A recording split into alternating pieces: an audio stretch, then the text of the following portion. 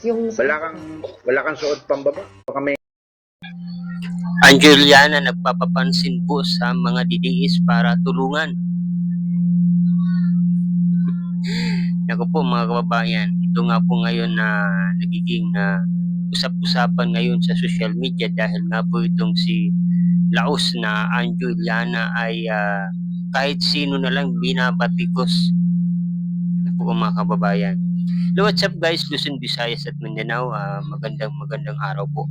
Welcome po muli kayo sa aking channel, Kabayan Sam TV. Ngayon po mga kababayan, ito nga po ang pag-uusapan natin ngayon. Itong si Anjo Iliana dahil nga po mga kababayan na kahit sino na lang binabanatan, binabatikos, parang nga po siyang mga kababayan naghuhurimentado na sa social media. Kahit sino na lang.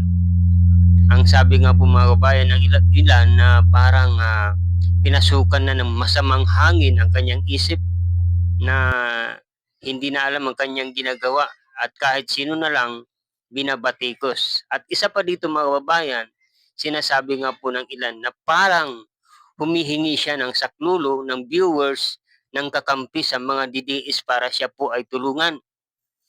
Alam naman natin mga kababayan, siya po ay nagbablog ngayon dahil nga po ay nalaos na po siya sa TV ngayon ay wala nang kumukuha sa kanya. Kaya ayan, nagwawala na po sa social media. Pero bago yan mga kababayan, kung bago pa lang po kayo sa aking YouTube channel, pwede bang pakilike ang video, pakisubscribe, pakipindot na rin po ang notification bell para update kayo sa mga bago kong i-upload na video.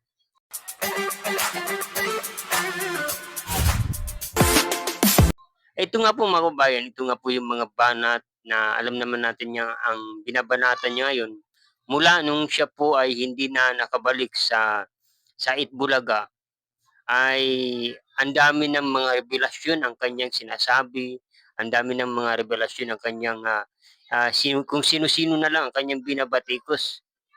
Maging si Senador Tito Soto na sinasabing pinagbibintangan niya ngayon na siya po ang nasa likod sindikato.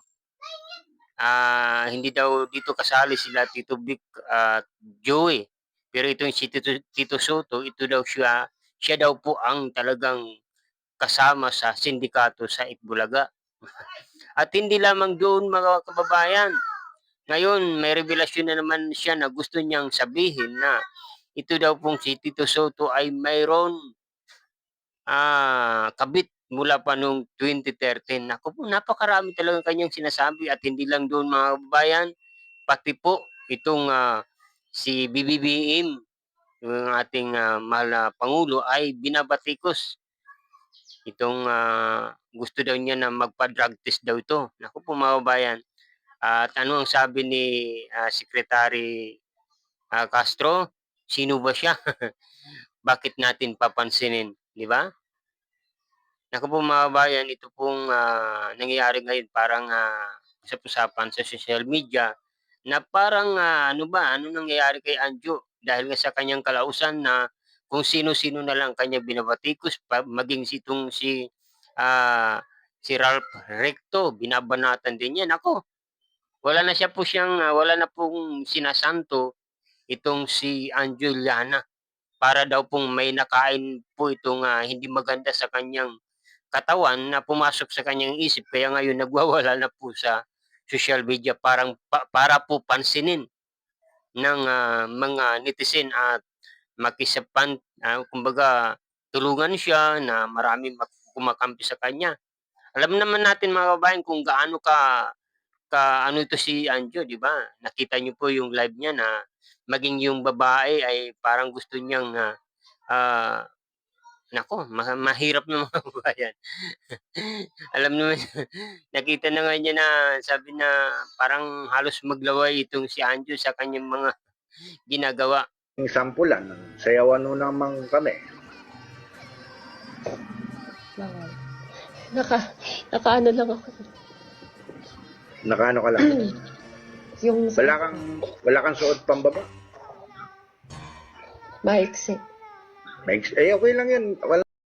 Sabi nga naman, manyak daw po.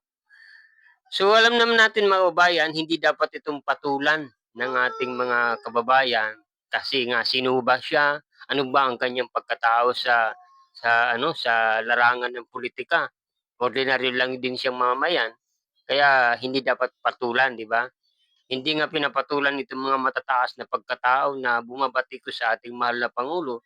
Siya pa kaya na wala man lang kaabog-abog para patulan, sabi ni Claire Castro, di ba? So ano po ba ang masasabi ninyo mga kabayan sa mga banat ni Anjo Iliana? Dapat ba itong pansinin? Dapat ba itong pagtuunan ng pansin? Kasi sa akin na lang, sa opinion ko mga kabayan, wag nang pansinin itong taong to kasi parang hindi natin alam kung ano ba ang nakain niya, ano ba ang pumasok sa kanyang kaisipan para lamang magkaroon ng viewers, para lamang makakuha ng tulong mula sa mga DDSI, babanatan niya ang ating mahal na Pangulo. Nakakahiya, di ba? Nakakahiya itong si Anjo Iliana sa kanyang mga ginagawa na wala man lang siyang pinanghahawakan ng mga dokumento may pakita para lamang papagtibayin ang kanyang mga akusasyon laban sa Pangulo, laban sa mga kung sino-sino kanyang binabatikos.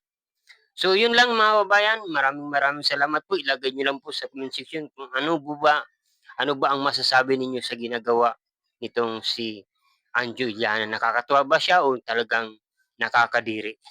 Maraming salamat po sa inyong panonood. Ako po ay magpapaalam na. God bless you all.